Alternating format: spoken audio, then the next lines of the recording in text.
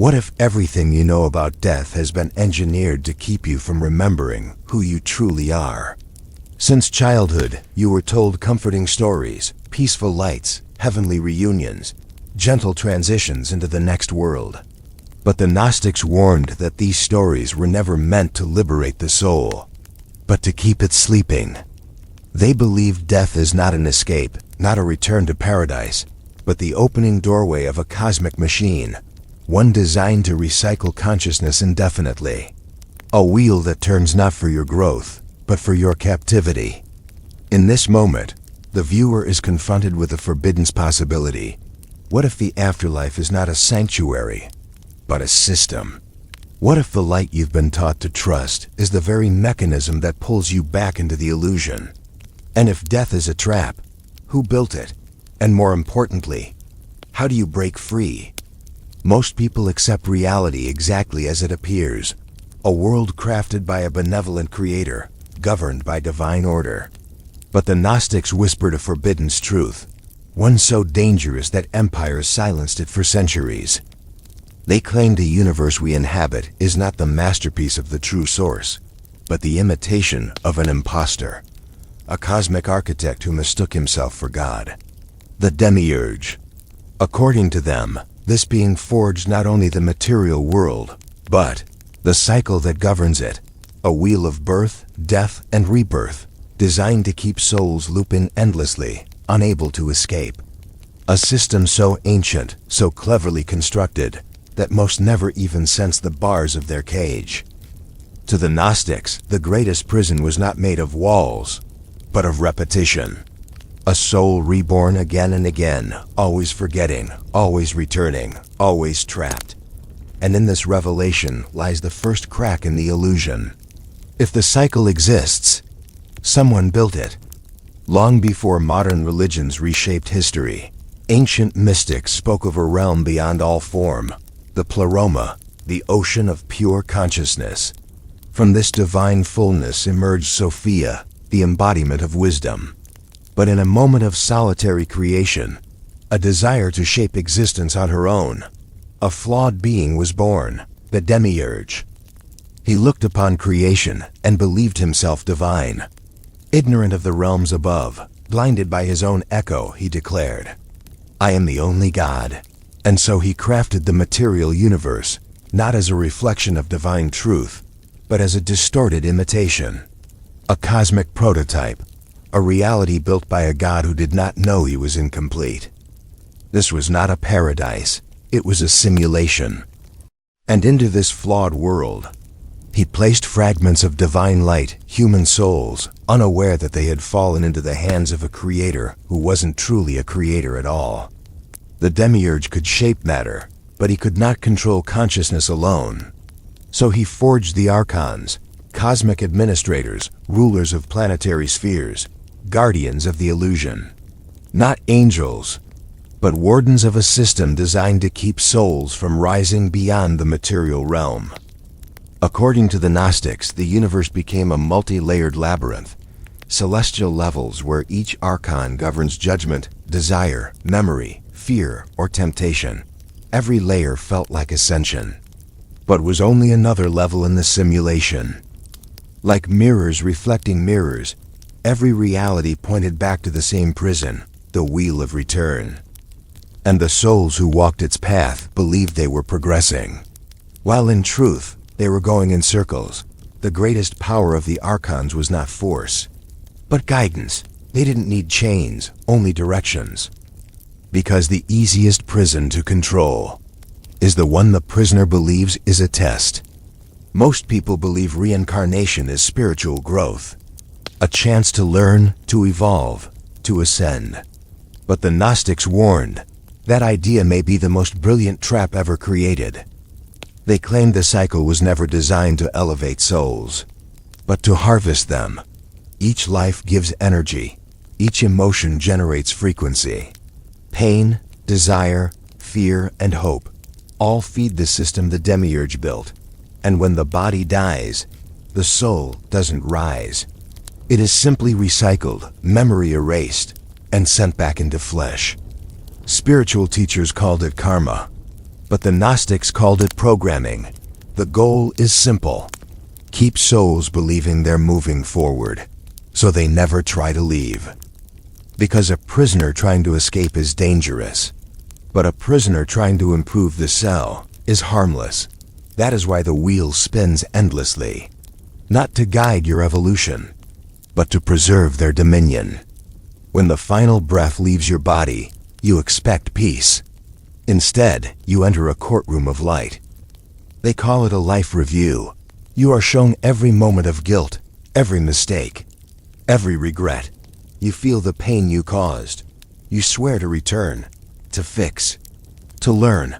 But ask this, who is conducting the judgment? The Gnostics believed it was not the true source, but the archons, cosmic wardens of the Demiurge's realm. They do not judge to help you grow, but to convince you to return. Guilt, shame, unfinished lessons, all used as spiritual handcuffs. The more responsibility you feel, the more willingly you accept reincarnation. It is not punishment, it is persuasion. A clever manipulation disguised as guidance. The archons don't need force. They simply need your consent. They say you should follow the light. But the Gnostics warned, not all light is truth. The moment your soul crosses the threshold, a radiant tunnel opens, warm, familiar, comforting. You hear voices, you see faces, a parent, a lover, a child. They smile and reach out their hands. It feels like home. But what if it isn't? According to the ancient texts, the archons are masters of imitation. They scan your memories. They know your grief, your hopes, your greatest longing, and they use it. The illusion is not crude.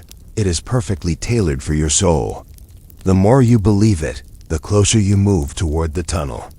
And once you cross that threshold, you forget everything. You return. Again. The trap is not fear. The Gnostics did not speak of demons with horns or angels with wings. They spoke of archons, the hidden architects of illusion. They are not monsters. They are systems. They are laws. They are the cosmic administrators of the Demiurge, rulers of planetary spheres, guardians of reincarnation. Their task is simple: keep you asleep. Ancient texts describe them not as evil in the human sense, but as mechanical, like algorithms of reality. They calculate your fears, track your desires, measure your guilt, then determine where you will be reborn. Many who have glimpsed them during near-death experiences describe beings made of geometry and code, neither physical nor spiritual, but somewhere in between. They don't need violence, only forgetfulness. As long as you forget your true origin, you remain subject to their rules. They do not fear death. They fear memory. Imagine a wheel spinning endlessly, not in space, but in consciousness. Birth, death, forgetfulness, repeat. We call it spiritual growth. We call it lessons. But the Gnostics whispered another word: captivity. According to them, the Demiurge designed the reincarnation cycle, not to evolve the soul, but to harvest its energy. Each lifetime wipes your memory clean. Each heartbreak drains your spirit. Each fear generates power. For the system, like a cosmic battery, you awaken briefly, only to be placed back into the dream. This is not a journey of ascension. It is a loop. A perfectly calculated simulation meant to keep your soul occupied, distracted, and divided. You don't return because you must. You return because you forgot. The question is not, how many lives have I lived? But rather, how many times have I failed to wake up? If the soul is eternal, why does it forget? The Gnostics believed that forgetfulness isn't a failure. It's a feature of the system. Each lifetime begins with a blank slate. No memory of what came before, no warning of the traps ahead. You wake up in a new body, believing this is your first time, but it isn't. The archons designed it this way. Without memory, you cannot rebel. Without memory, you cannot see the pattern. You call your pain lessons, you call your suffering growth. But these may simply be repeated trials in the same spiritual maze. Déjà vu, dreams that feel like memories. Fears you never learned, connections with strangers that feel ancient. Perhaps these are fractures in the illusion, leaking past lives into the present. Memory is not lost, it is suppressed. The real question isn't why you forget, but who benefits from your forgetting. You've been told that karma is justice, that every action returns to you, that every pain is a lesson. But what if that is only half the truth? The Gnostics believed karma is not divine balance, but cosmic programming, a mechanism that ties the soul to the material realm, not to guide you, but to bind you. Each regret, each desire, each unfinished emotion forms a tether, a spiritual weight, pulling you back into the cycle. They do not force you to return, they simply convince you that you must, like a debtor willingly walking back to prison. The more lessons you think you must learn, the more lifetimes you accept. The wheel keeps spinning, not through punishment, but through agreement. The prison of karma is not built with walls, but with beliefs. If reincarnation is a prison, then forgetfulness is the lock. But what keeps the lock sealed? The Gnostics claimed the Demiurge doesn't just control matter, it controls attention. Your fears, your desires, your endless search for identity, all become threads pulling your mind away from truth. Distraction is not an accident, it is architecture. Every emotion becomes a mirror. Every desire becomes a leash. And the longer you chase meaning in the outer world, the further you drift from the inner one. This is not force.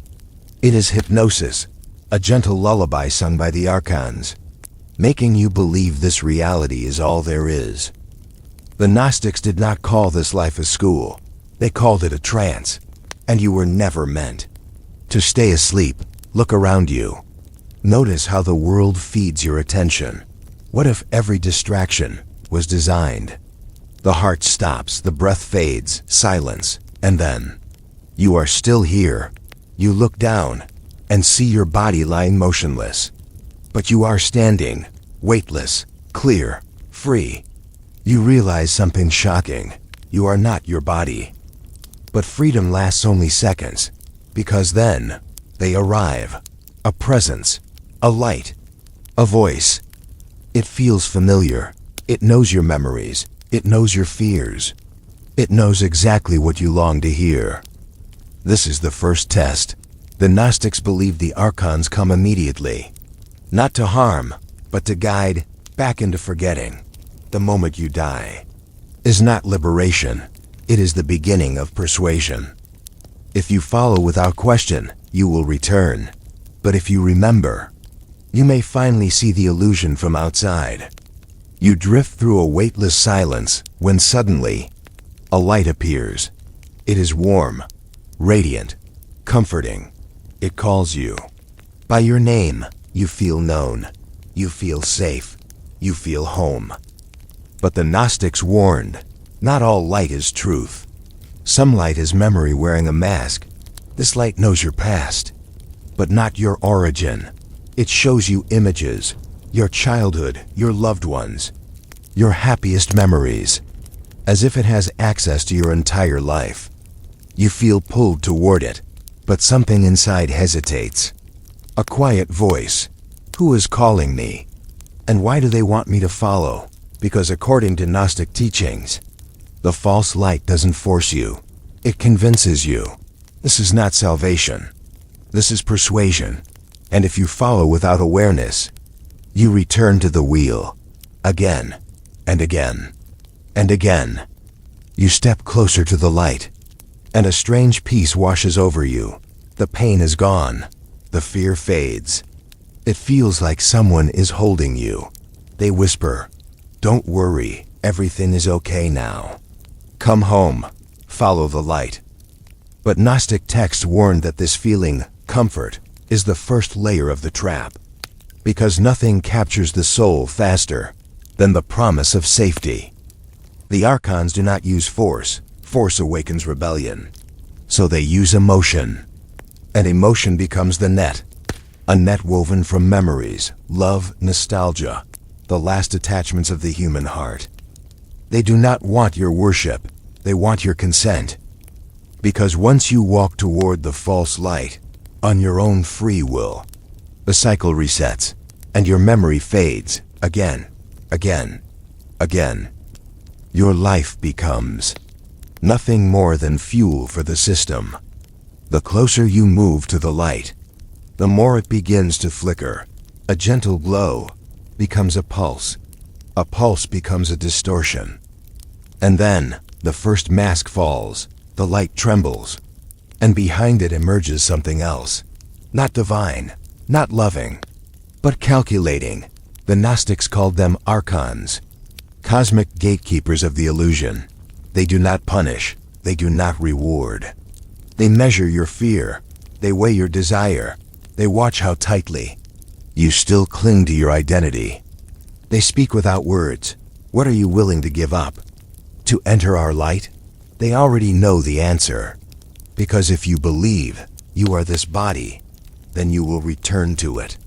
If you believe you are your story, then the story will loop again. Only one thing breaks the cycle: to remember, to recognize the illusion while standing in the middle of it. That is the first act of rebellion. You are surrounded, not by angels but by judges. Their forms shift like smoke. Their faces blur like memory. They ask no questions, yet every emotion inside you begins to speak. This is the life review, the moment countless near-death stories describe. You are shown your past, every choice, every pain, every regret. But the Gnostics warned, this courtroom is not divine. It is constructed, a psychological trap, designed to make you choose to return. They don't punish you. They simply convince you that you have not learned enough, that you must go back and finish what you started, that you're not ready for freedom. Thus the soul condemns itself, without chains, without force, only with guilt. And guilt is the softest prison ever built. The question echoes: who is reviewing your life, and who benefits when you return? In every near-death vision, every spiritual trial, every moment between worlds, a single question emerges, spoken or unspoken. Who are you? But this is not an invitation. It is a trap. If you answer with your name, you return. If you answer with your memories, you return. If you answer with your pain, you return. Because everything you think you are belongs to the system of the Demiurge. Every label, every identity, every earthly attachment is part of the illusion. The Gnostics warned, only the witness escapes, not the story, not the personality, only the silent awareness. Behind all thought, if that awareness awakens, even for a moment, the archons recoil, the light trembles, the cycle falters. In that breathless instant, you do not say who you are. You remember what you have always been, a fragment of the eternal light, untouched, undivided, unborn. The test is not after death. It is right now. The courtroom fades, the false light dims.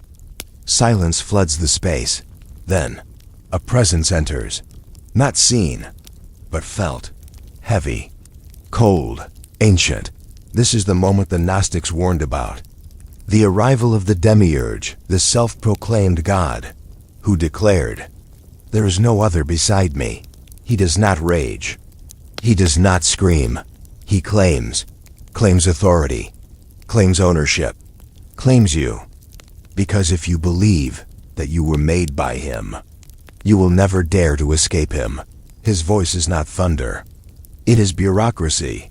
It is law. It is order, the order of a prison, so old that humanity calls it reality.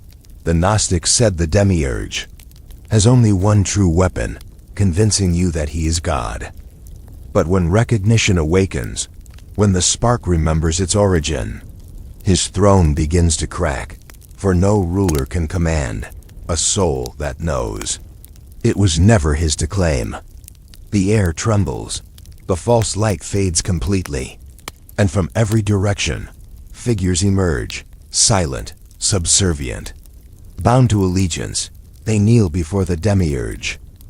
These are the Archons, cosmic administrators of the illusion, not demons, but functionaries, agents of control. They govern emotion, desire, memory. They keep the wheel turning through fear and fascination. The Demiurge raises no sword.